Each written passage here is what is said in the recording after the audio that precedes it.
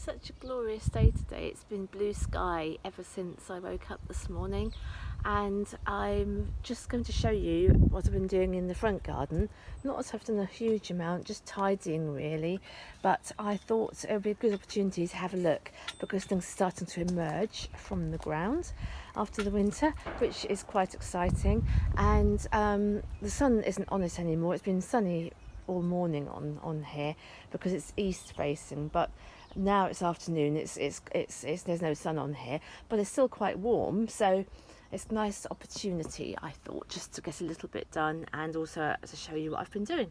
So as you can see, mostly it's a case of anonymous looking green leaves, but quite lovely vibrant new green leaves emerging from the ground, and most of them I know what they are. Some of them I'm not sure until they get a bit bigger.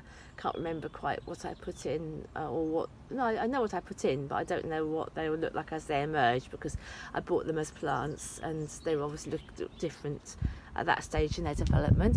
But I put a few tulips in last autumn, and as you can see, there's one there, and that won't be that long before it's flowering. You can see the flower just inside it's the sheath there of its leaf, and there are new leaves unfurling here which were not a couple of days ago, so it's definitely everything's on the move. And things like the bronze fennel, which I'll show you down here, you'll see all the new leaves coming out of the ground there as well. And what else can I show you? I've treated the birds to some fresh water in their bird bath, which I obviously do often. They need to have clean water. They've still really been busy on this bird feeding station. They really do get through the seed at a rate of knots, but I don't mind. It's lovely to see them doing that. And the pond isn't looking very nice at the moment, but I need to try and get some more pond plants to get the water clear again. But it's just the wrong time of year. They haven't started selling pond plants yet because they're still dormant, I suppose. Anyway, what else can I show you? So the roses, which I hope are going to cover the trellis, I've got leaves. I'm still not confident that it's going to be enough to do the job. But I'll probably see if I can perhaps find something else that will help to cover it a bit more comprehensively. And I've got some newish, I think I've shown you before, but some newish shrubs along the front here, which hopefully will also grow up and be make a little bit more of a secret garden effect. I've just moved that one. That's not new, but I moved that Daphne. So that, I think, is probably the main thing to show you now. But I think having a record of it at this stage, and then if we come back, even in a couple of weeks, I should imagine it'll be quite surprising how much these little plants that have just emerged from their winter slumber, how much growth they'll put on over the next little while. And as you can see, the garden guardian is sitting pensively by the step. He doesn't seem to have been too affected by his covering of snow that he had a few weeks ago, and in fact I think he's dreaming of the spring and what lovely warm days are to come.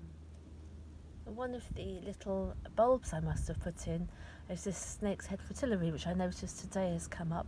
It's not quite in flower yet, but you can see how the bud is and how it looks like the markings on a snake, and it's just exquisite, isn't it? I just can't, sometimes you just can't believe that the markings on plants are as beautiful as they are, but that is just lovely. And hopefully it won't get trampled by some enormous pigeon when it comes to visit the bird bath, because it's rather close. I'll show you where it is in relation to the bird bath. It's quite close. So it just has this really delicate air, but anyway, hopefully it will survive, and I think they do spread over time, which will be lovely.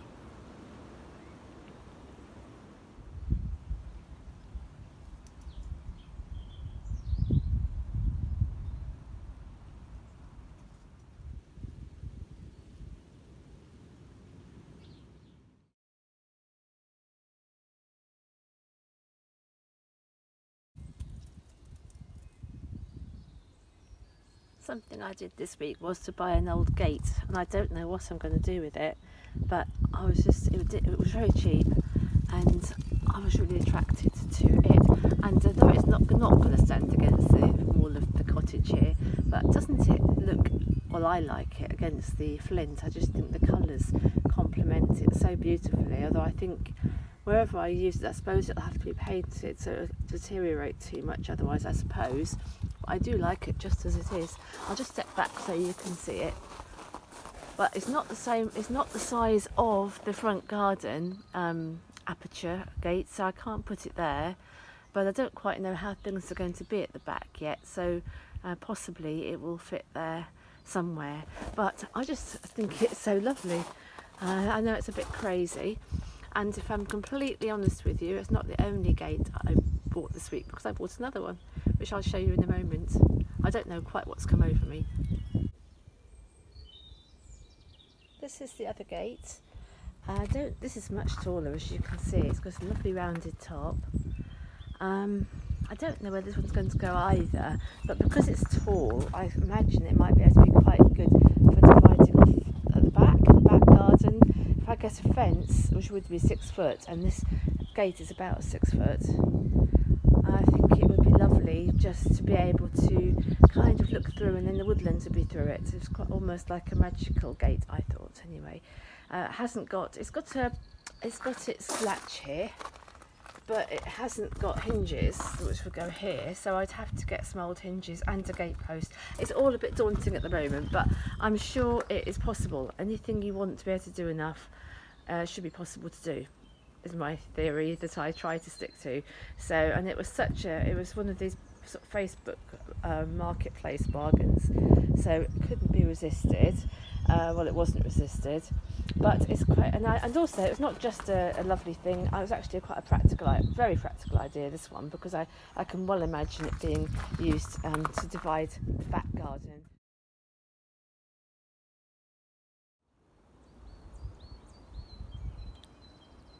I know it's any excuse to come down to the heath again, but I just thought I'd pop down here because the light is really lovely. It's just towards the end of the afternoon, and in fact it definitely would be the end of the afternoon had the clocks not changed. So this is one of the payoffs of the change of clocks that happened yesterday.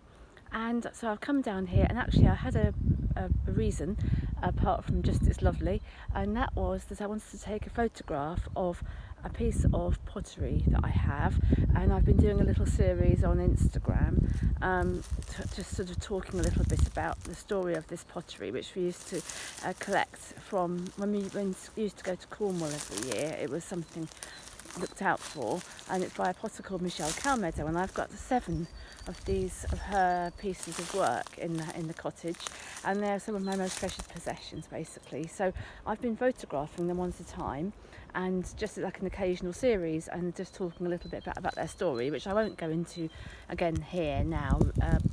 But anyway, so I came and brought the flying horse jug, as you can see, and photographed it on what I'm calling the fairy tree. So I thought I might like to show you that, but also just to show you the tree, because I just only discovered it quite recently. But if you look at the trunk, it's all woven, and this is a thorn tree here, and this is a young oak tree here, and they're growing together, and in between is this honeysuckle rope which is twisting, and they're kind of twining and plaiting together, and it's really lovely. Actually, it's a lovely shape. You notice it a lot when you're walking along on the actual heath itself, because it stands on its own, which you probably won't get much of a sense of now. I'll step backwards. Well, I found a better angle here to show you the whole tree, and it's 2 trees, the oak and the hawthorn, that are twined together with the honeysuckle, and the honeysuckle is in leaf because it does leaf up very early, and the oak and the oak and the hawthorn, it would be lovely if it was oak, ash and thorn, because that's the classic fairy tree combination. But you'll be very lucky to find, very sadly, you'll be very lucky to find ashes now, because they are gradually all disappearing. So and I haven't seen any, and none on the heath anyway, but there are a few thorns. They're not that numerous compared to the oaks and the birches, and this is a really special one. It stands on its own. It just feels as if it has a real presence about it. So yes, we'll come back and have another look when it leaves up and we see the hawthorn leaves and the oak leaves together, and maybe even some blossom. I don't know whether the hawthorn will have blossom, but we'll find out. So yeah, we'll come back here.